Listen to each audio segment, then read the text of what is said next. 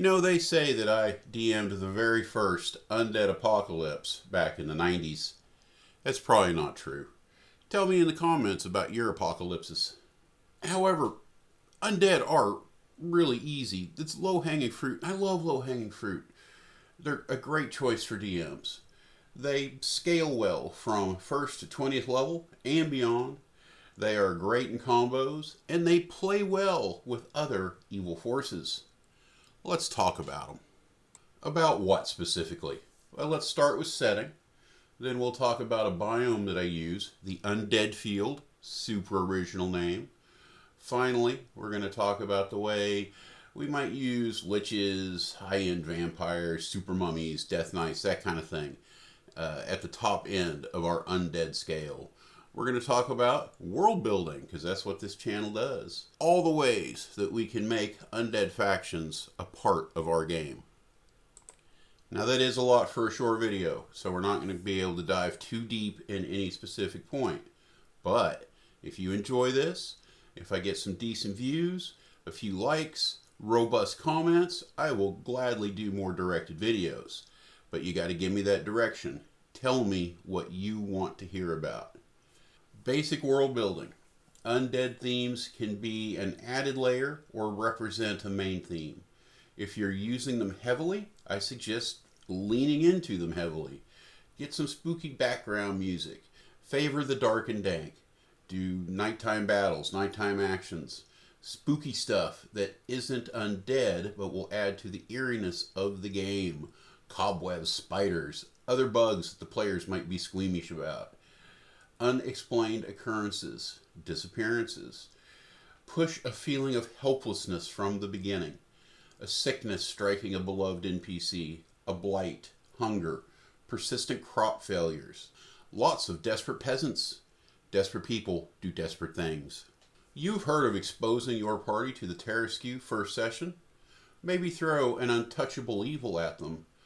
Think about a lich and its army of thousands of skeletons marching right through the party's hometown as an opening scene. The thing doesn't even care about the town. Not worth his time. Too weak of a target. They are marching on the capital, and there's nothing that the party can do about it. Alright, what about these undead fields? What are they? I, long time ago, ran an end-of-age scenario in the first rendition of my game world. It's about 35 years ago. There were planar disruptions, and among these, the positive and negative material planes disappeared. Later, the negative plane reconstituted as these undead fields. They were scattered around the central planet of the central plane, a place that I love to call Pelakar. The result was a whole lot of walkers, zeeks, skellies, ghouls, etc. You see, anything dead in an undead field reanimates. And just for fun, those undead have this natural instinct to drag dead things back into the fields. It's kind of a reproductive process. These fields, they varied from a few hundred feet across to hundreds of miles side to side. Many cities were engulfed, and yeah, things got bad. Just think about all the dead insects lying around on any given day. Thousands, millions, maybe billions of least undead. Flies, grasshoppers. That's enough to kill a lot of people. And those people might get, animated into higher forms, and it's not good. Then there were the big boys. Wizards entombed, brought back as liches. Clerics buried deep underneath their holy citadels. Mummies. Vampires everywhere. Oh, the glory of the undead. Well, those big boys, they got organized, and slowly the age faded and civilization fell. There's even cooler stuff too. With enough knowledge and magical tech, fields can be destroyed. It's a really big boom, essentially unsurvivable. It doesn't really solve the bigger problem though, as new fields will form. It's sort of a preservation of volume thing, and it's also a tool to let me have one appear in my game if I feel like it. From the outside, these undead fields appear as enormous, dark, vertical, churning clouds. Entering a zone is fairly easy. You just walk in. The first 20 to 100 feet is kind of a stormy cauldron of very thick smog, bad sight lines, lots of high density air, big swirling winds due to temperature gradients. Deeper inside, when things calm down, the world becomes a color muted landscape permeated by the smell of rot. Perception is highly affected in an undead field. As a DM, you can develop this more. Essentially, what I have done is just close the encounter range. You feel like you can see a long distance, but it's kind of a reflective haze. You really don't have an effective vision beyond 100 feet. Even large objects like, Draco Liches, they are effectively invisible beyond this distance. And, of course, you can give the undead who live here, a little extra boost to their own vision so that they have a further advantage inside the field. It's sort of a false terrain effect, where the world seems to stretch out beyond in a barren landscape, but that's not really what's there. You don't know what's there till you get there. You might also play around with letting creatures do the opposite, not better sight, but being able to hide in that false terrain to a closer range, like giving ghouls the invisible condition. So why would you ever enter a field? I wouldn't, but somebody that's more personally interested in adventuring or pressed into duty to by some noble to do it. Somebody's got to keep down the undead, to keep an eye on things. You want to keep an eye on those Death Knight armies or the mummy temples. Somebody's got to deal with that sort of thing before it gets out of control. Off script. So there's supposed to be a section here about resources as well. There is an element that can be harvested that is involved in the reanimation. It is a magical thing, obviously, but this black tar can also be used in the works of artificers and engineers. It can be used as a motivating factor in machines.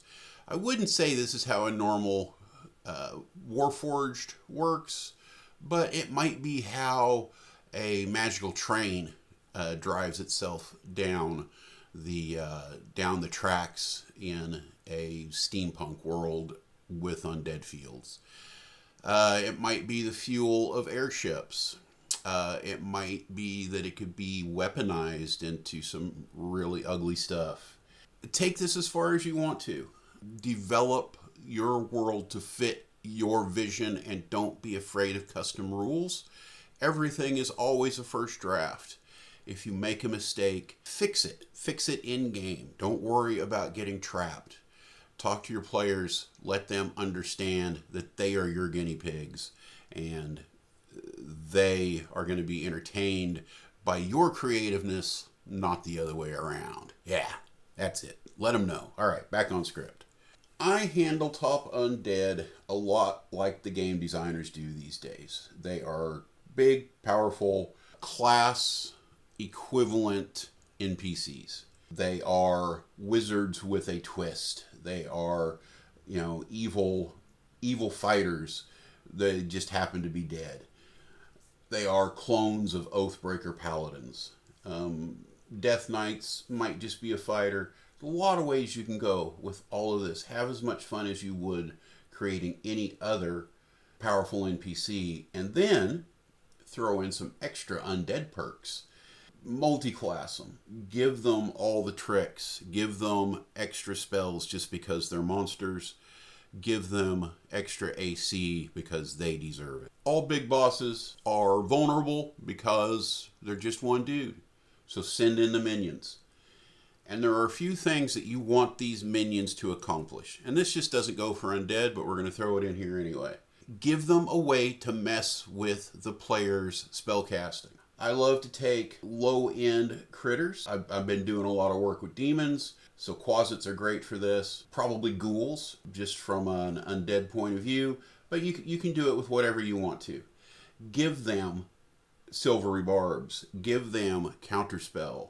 Give them dispel magic. Now, not all of them, not by the hundreds, but 3 or 4 in a group makes the PCs make decisions, because these guys are a big problem. Now, the first time the party runs into them, they're not going to be expecting it, unless they've done a ridiculous amount of research or somebody else has already encountered this. But either way, either the party deals with them or their magic all becomes highly susceptible.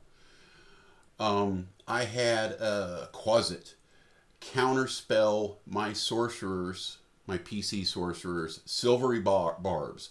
So not only was that getting a spell slot from the sorcerer out of the way, it was ruining the cleric's turn because the monster had made the save and the silvery barbs was to force another save.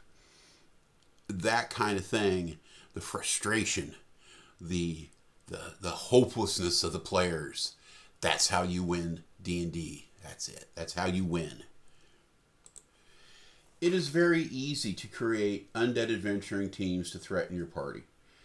It's this idea of clone versus clone, that the bad guys have all of the nasty stuff that PCs normally do. You've got your war cleric mummies, your artificer vampires supplying his ghoulish horde with necrofire potion bombs. Okay, it's not so easy. There's a lot of work that goes into it. Any high-end design takes time and effort. Prep always pays off. And once you've done it once, you've got that prototype forever. Swarms of least undead make great scouting and harassing forces. They can be a major pest. They can be something that forces your party to burn a fireball or some other area of effect spell. And give them cool stuff. What's going to happen if your fighter in the group is picked up by, say, 1,000 undead mosquitoes? All right, it can get absurd. Have fun with it. You can stay dark but still be funny. A lot of movies do it these days, and it works. It doesn't always work, so good luck getting it right. I have confidence in you. The point is, and sometimes I have to remind myself in all this rambling, I do have points.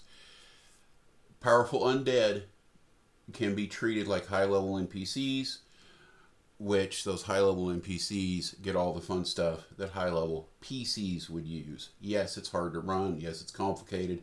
It makes combat difficult and long, but it makes it memorable, and it makes it juicy and warm and worth it.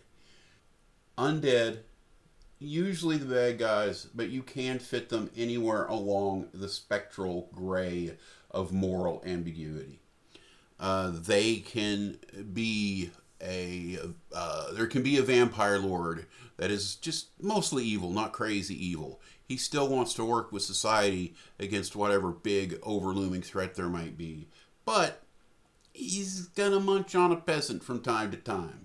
So I like these culturally questionable builds.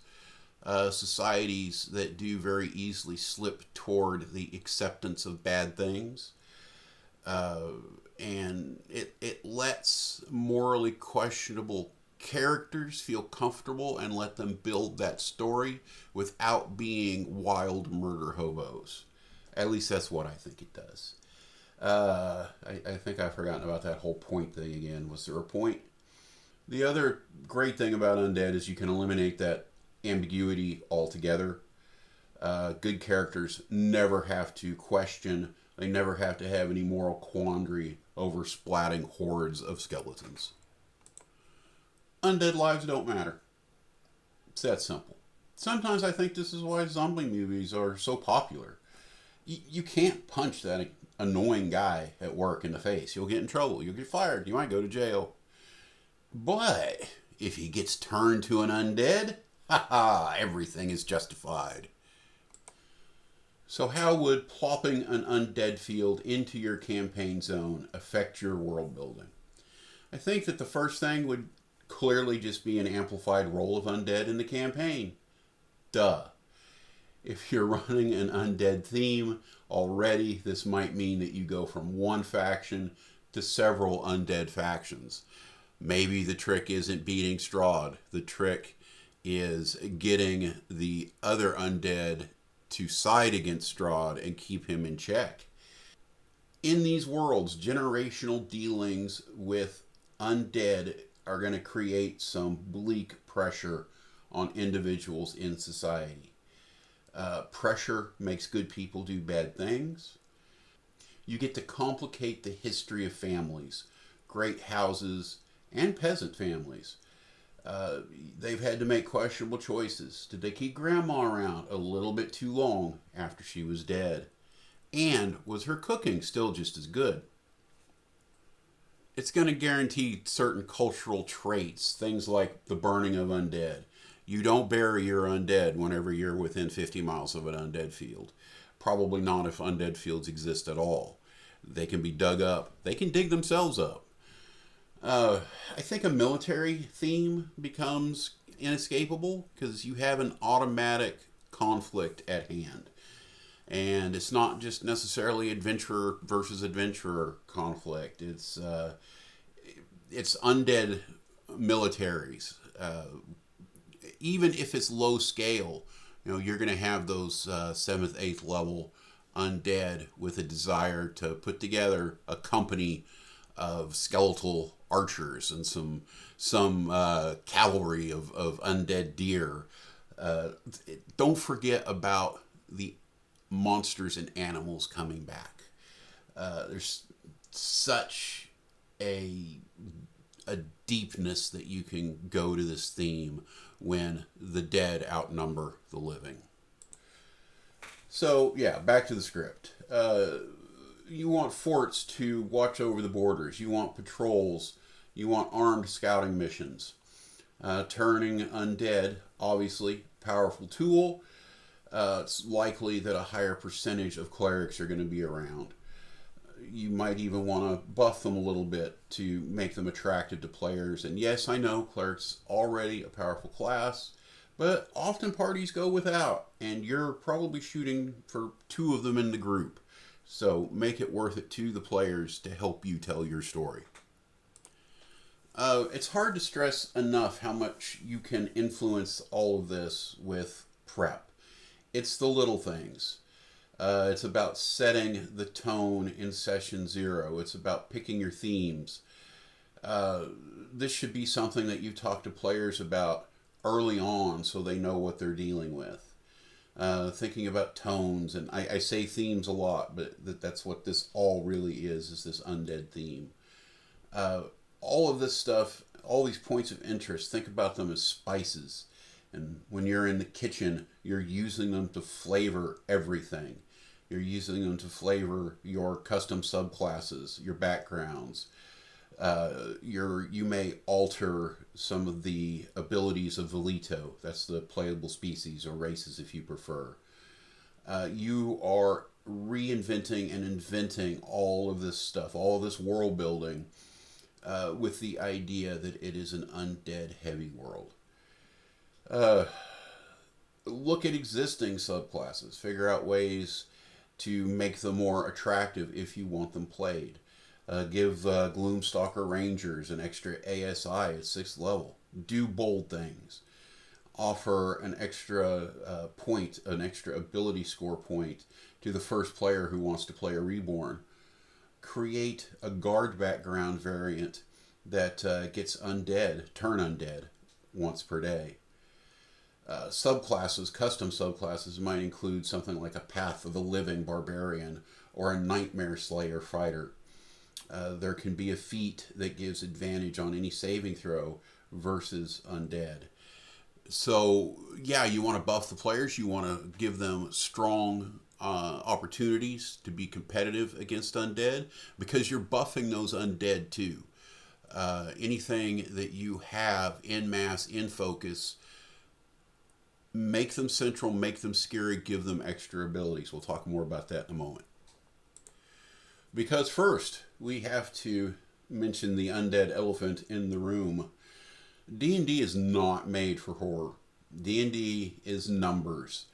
And if your numbers match up against their numbers, and that's not scary. It's not the unknown. And it's the unknown that makes things spooky. So don't be afraid to mix things up and make it spooky, make it unknown. Even though there's still numbers involved here, manipulate the numbers.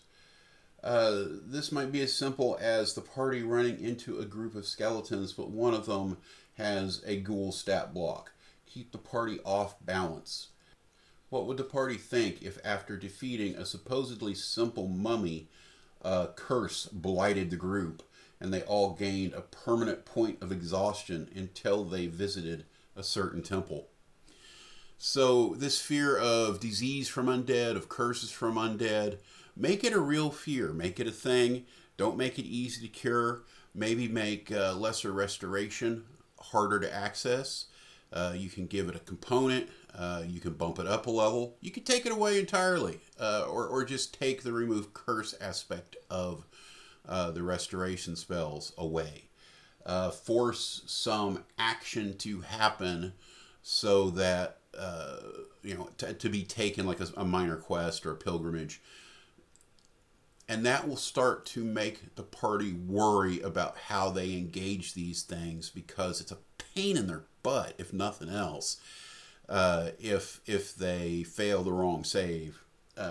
It's not death, but it can be consequential. It might be if a curse isn't removed quick enough that somebody gets their hand becomes an undead entity, it grows an eyeball, and it acts on its own.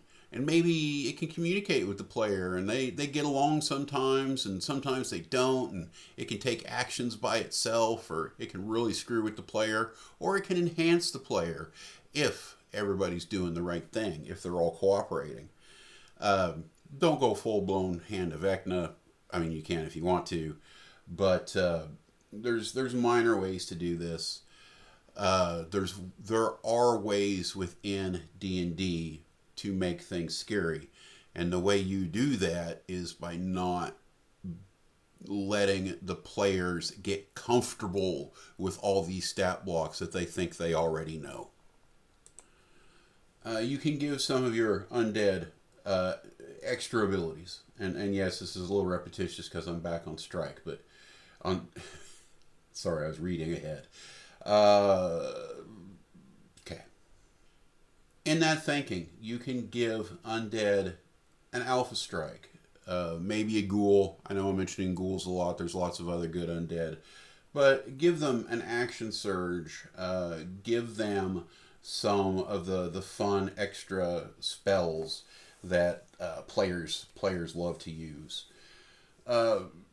Maybe you do something weird every once in a while, like a special skeleton gets critted. And just keep this in your back pocket for when it happens. The skeleton gets critted, his arm's chopped off, and in its dying response, the skeleton drives its sharpened stud of an arm into the monk, infecting him. Well, there's that parasitic hand again. This is what happens when I go off script. But it has to be fixed, or potentially risking some permanent damage, or like we talked about earlier, a permanent little companion that isn't always good to have around. In all these things, you're breaking the rules. Talk to your party first, see how they feel about it. They're basically giving you permission to cheat to cause them suffering. Now, I will say this. I've been running a lot of one-shots lately, kind of on the spooky side, some dark fae, some undead. And one-shots are different because the power dynamic is different, but my players let me get away with pretty much anything. I mean, and I really think that's a matter of if you're keeping them entertained, if you're letting them have fun, then you can have your fun too. All right, we're starting to get into the homework stretch here. A great deal of this video comes back to a central point. Don't be afraid to think outside the box. With the right moments and a little trust building, players will let you get away with a lot in order to give them some really good wow moments. One of my main goals is just to give my players a few memories that are going to last them until they're old like me. I do have to break the rules to do it sometimes, and I gladly do that. I want to thank you guys all for stopping by. You are important people to this world, and I hope you all have a wonderful rest of the day. Cheers.